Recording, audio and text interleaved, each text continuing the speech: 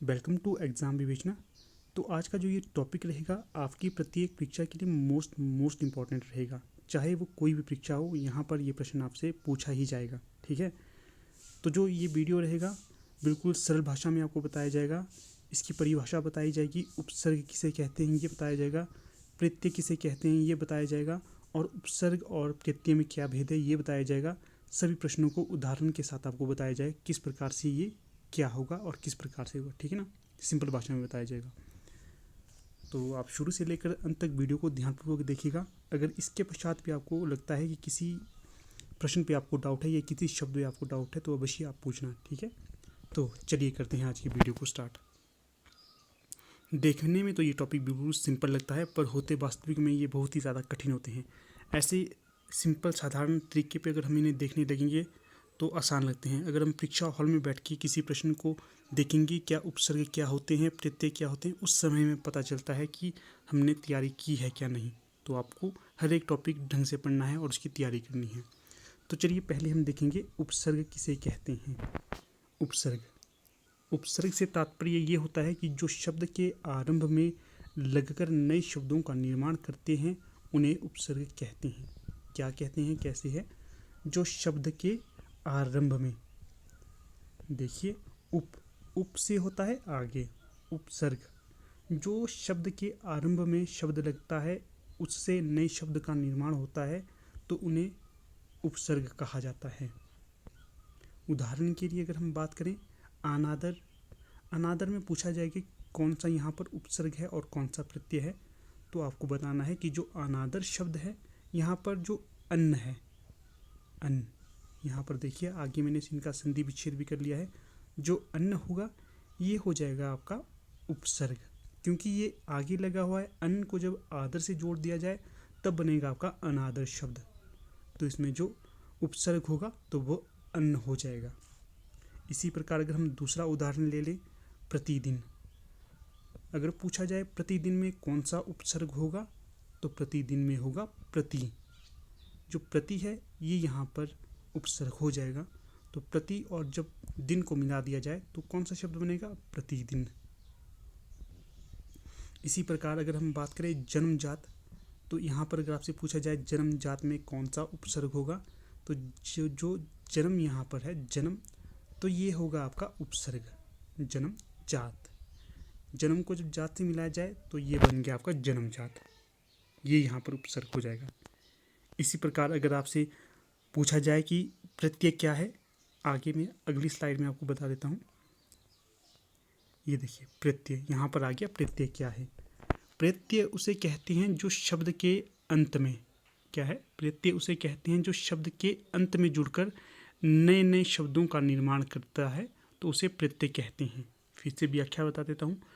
जो शब्द के अंत में शब्द जुड़ता है और जुड़कर एक नए शब्द का निर्माण करता है तो उसे प्रत्यय कहते हैं। बिल्कुल सिंपल और सरल व्याख्या यहाँ पर प्रस्तुत की है, आपको ये समझ आ जाएगी। मेरे बोलने से पहले ही आप ये समझ गए होंगे प्रत्यय किसे कहते हैं। अगर उपसर्ग की बात की जाए तो वो आरंभ में लगता है, और अगर प्रत्यय की बात की जाए तो वो अंत में लगता है। आगे हम प्रत्यय के उदाहरण समझ लेते हैं। शब्द है होनहार। जो शब्द होनहार है तो यहाँ पर पूछा जाएगा कि प्रत्यय यहाँ पर कौन सा है, तो प्रत्यय शब्द यहाँ पर हार हो जाएगा। जो अंत में लगा है होन के पश्चात हार, तो हार जो यहाँ पर है ये प्रत्यय हो जाएगा।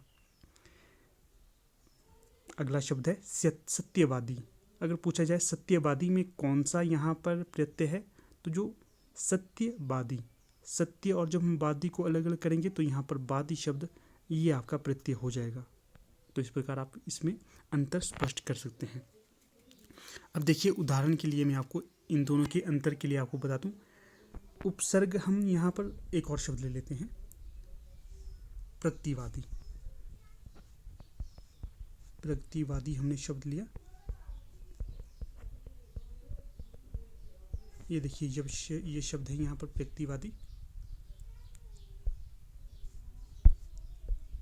अगर इसमें प्रगतिवादी में आपसे पूछा जाएगा कि प्रगतिवादी में उपसर्ग कौन सा है, तो यहाँ पर ध्यान से देखेंगे तो आप इसे दो भागों में डिवाइड करेंगे। जो प्रगति हो गया ये यहाँ पर आपका उपसर्ग हो गया।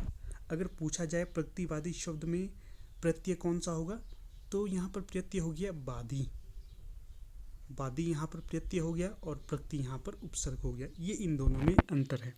उपसर्ग हमेशा शुरू में लगेगा या पहले नंबर पे उपसर्ग लगेगा, और जो बादी है ये अंत में या दूसरे नंबर पे आप कह सकते हैं कि जो प्रत्यय दूसरे नंबर पे लगेगा।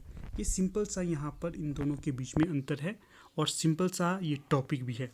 अगर आप कंफ्यूज हो जाएंगे या इसे पेचीदा बनाएंगे तो फिर तो आपको ये मुश्किल लगेगा ही लगेगा। अगर आप सिंपल भाषा में इन्हें समझोगे, इनके बीच में सिंपल भाषा में विभाजन करोगे तो ये आपको आसानी से समझ आ जाएंगे।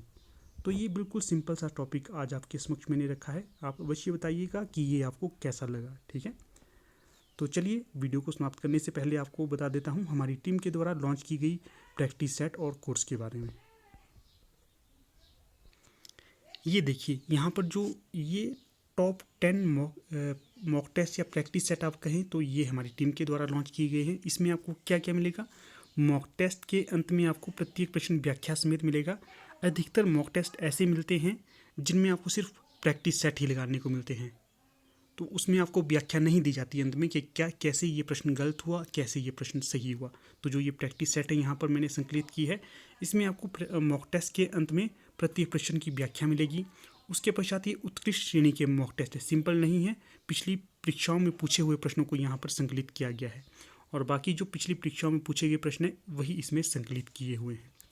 बहुत ही अच्छे प्रैक्टिस सेट हैं ये। उसके पश्चात अगर आपको ये परचेज करना है तो आपने इस नंबर पर संपर्क करना है, मुझे व्हाट्सएप करना है। आपके प्रत्येक क्वेरीज के उत्तर यहाँ पर दे दिए जाएंगे और ये सिर्फ 1-2 परीक्षा के लिए महत्वपूर्ण नहीं है, आपकी प्रत्येक परीक्षा के लिए महत्वपूर्ण होंगे, चाहे वो पीजीटी हिंदी हो, असिस्टेंट प्रोफेसर हिंदी हो, एलटी कमीशन हो, एलटी टेट हो या फिर एनटीए नेट हो, वो सभी जगह आपके लिए महत्वपूर्ण साबित होंगे ये। और जो दूसरी पीडीएफ है, जो दूसरा हमारा कोर्स यहाँ पर, ये तो बहुत ही ज़्यादा महत्वपूर्ण है। ये आपकी परीक्षा को क्रैक करने के लिए ही बनाए गए हैं कोर्स, ठीक है ना। कंप्लीट कोर्स यहाँ पर मिलेगा आपको A to Z, कोई भी पोर्शन यहाँ से आपसे नहीं छोड़ा जाएगा, चाहे वो काव्य शास्त्र का हो, चाहे वो उपन्यास का हो, आलोचना का हो, कहानी का हो, कुछ भी हो, भाषा विज्ञान का हो, संपूर्ण यहाँ पर आपको तैयारी करवाई जाएगी। तो चलिए, मुझे पूर्ण आशा है ये आपको पूरी वीडियो समझ आ गई होगी। फिर भी अगर आपको कहीं पर डाउट लगता है तो आप अवश्य पूछेगा। अगर आपको इस वीडियो का PDF चाहिए तो आप हमारे टेलीग्राम ग्रुप के साथ जुड़िए, वहाँ पर मैं आपको इसका PDF प्रदान कर दूँगा। तो ठीक है, धन्यवाद।